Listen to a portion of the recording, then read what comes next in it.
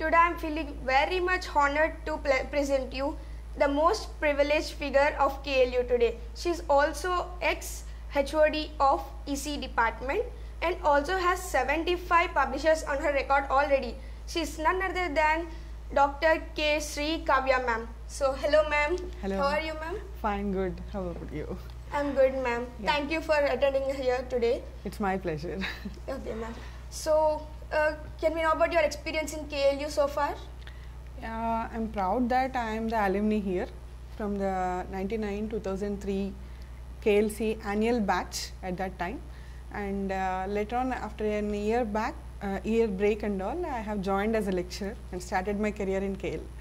So from there my journey started, and as like any other student who have passed out like a fresher or so, I also have given few tries for the placement at that time, because we don't have the 100% campus placements at that time and all in the college, okay, which is affiliated to Nagarjuna University.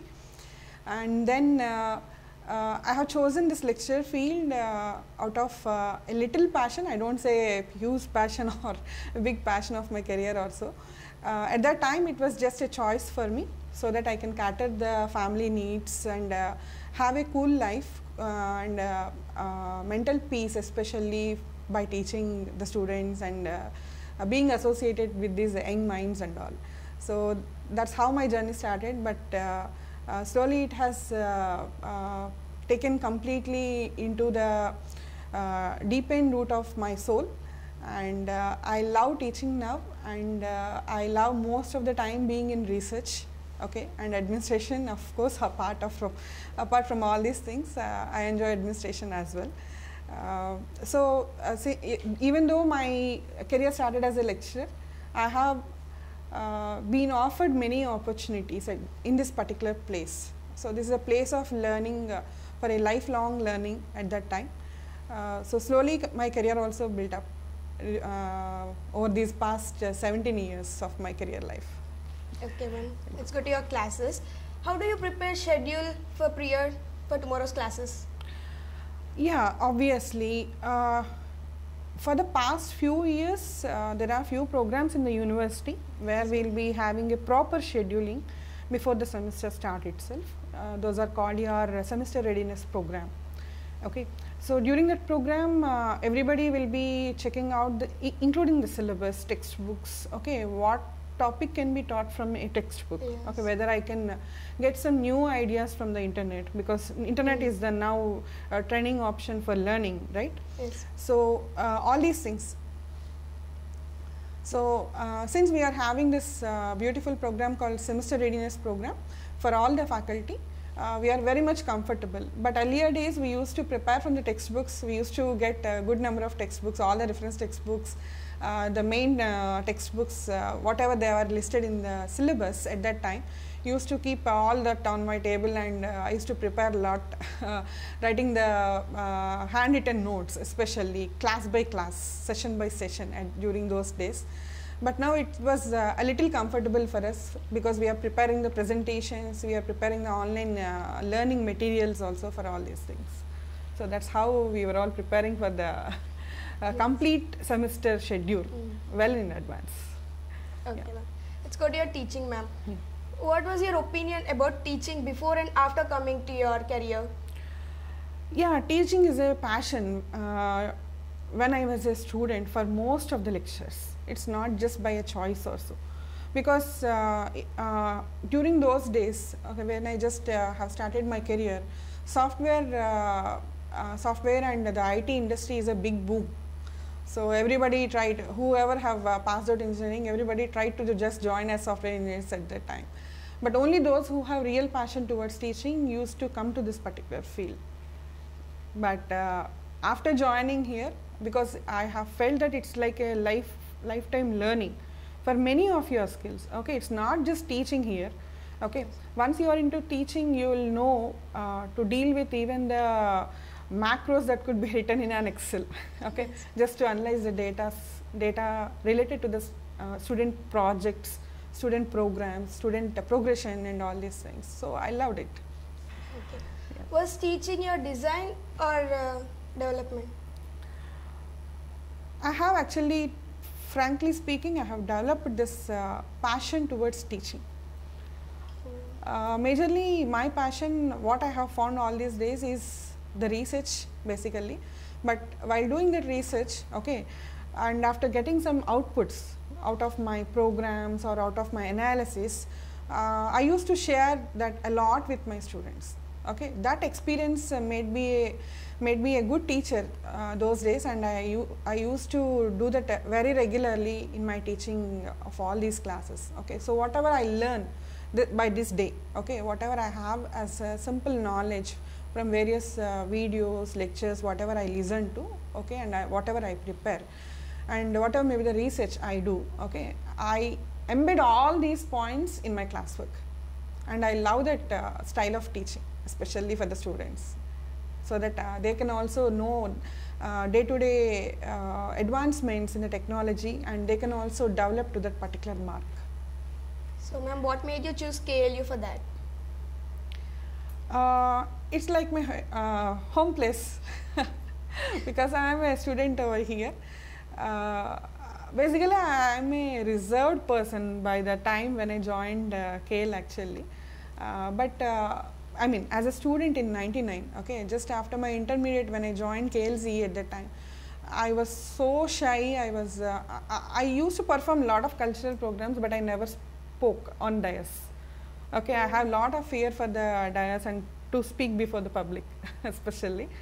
But all those inhibitions, all those fears were removed by this wonderful culture what we have in KLC and KLU.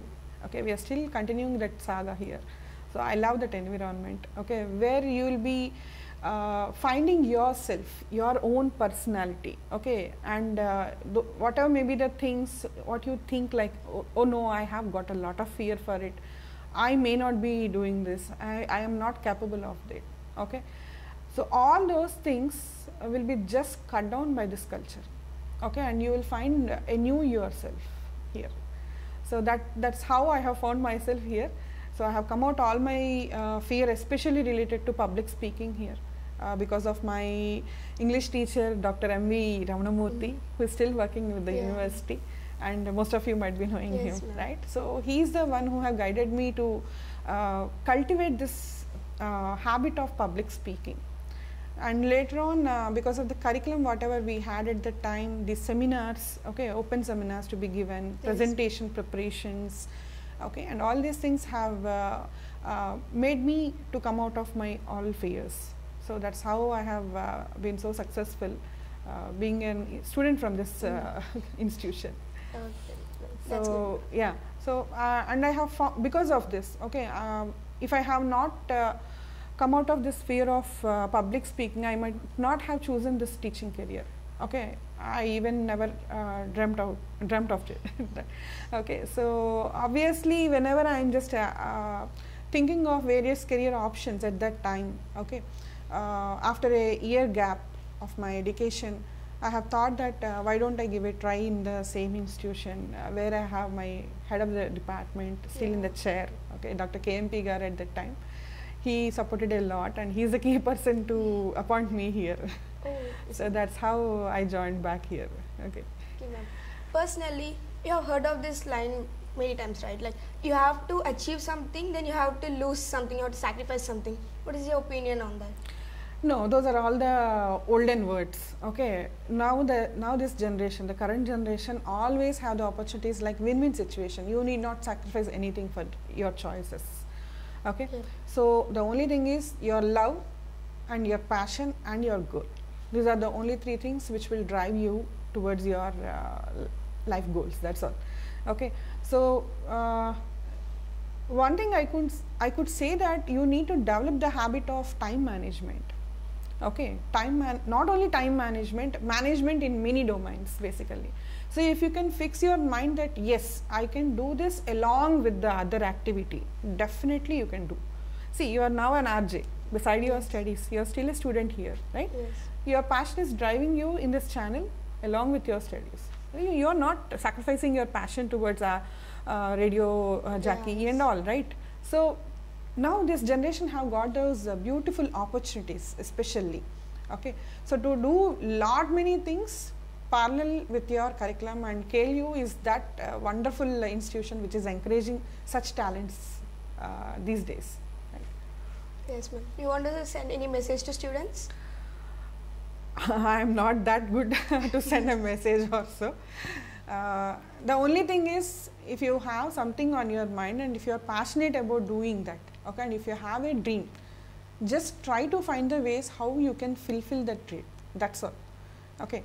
And just to mention, I have recently admitted my daughter here in the same campus, but not in engineering, even though I belong to engineering department. Okay, we have chosen, okay, not I or she. We have both sit together, looked for her passion, okay, what is that makes her happy in doing the things. And we have found that she's having fun working with the colors, themes, okay, crafts, okay, and especially related to the arts. So we have chosen architecture here in KL University, and now she is in the first semester. Okay, so it's not that you don't have a single choice now, like what we had in the last 25-year back era and all. Okay, during that time, it's only most of the parents know only about medicine and engineering in India. Okay, no other wing is known to them. Okay, but still they'll be just looking at few prominent figures like collectors, okay, politicians, and civil engineers at that time are the heroes basically 25 years back or so. So most of them would drive their children either into medicine or engineering. But the generations have changed, so we are now taking part even into fine arts. Okay, our university have that wing even, okay, pharmacy, law, whatnot. Okay, so every parent is now educated. Most of them are at least been educated through the social media especially. So the students have got a lot of opportunities to explore. Even though if you are an engineering student, you can never leave your art beside. You can still have that passion towards working something towards this art community, and you can utilize all the opportunities that exist in your department when it comes to the cultural fest or the technical fest or your department fest. So all the opportunities, facilities are available for you, so you can definitely make use of them to the fullest. Okay, so just to check for the opportunities whatever you have around you and utilize them to the fullest. That's the only one message whatever I can do, and even that I have followed in my life.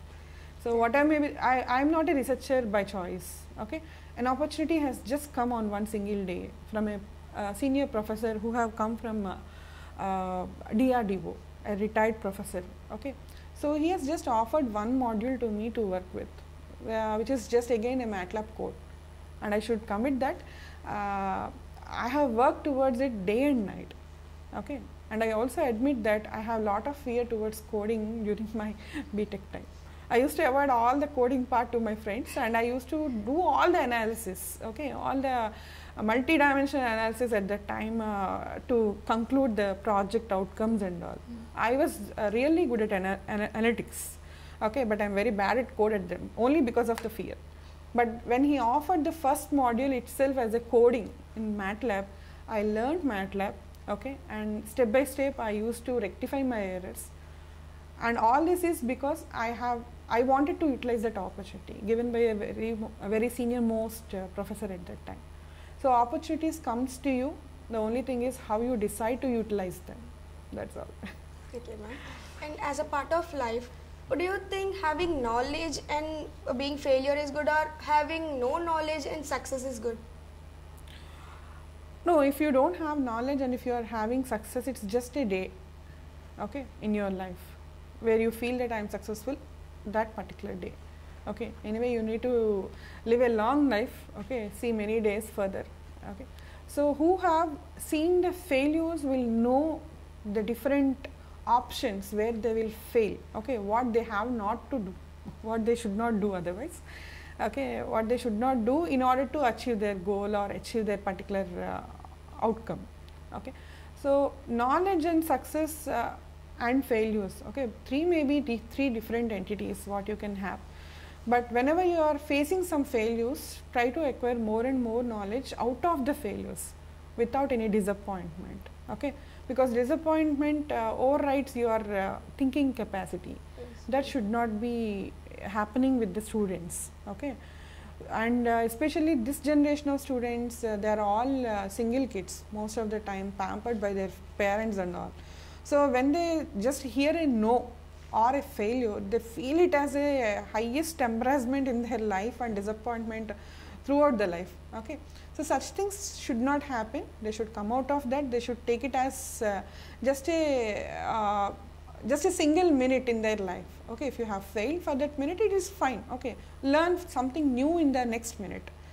So if you follow this, definitely if you follow this principle, yes, I am going to learn something in the next minute, definitely success will come to you.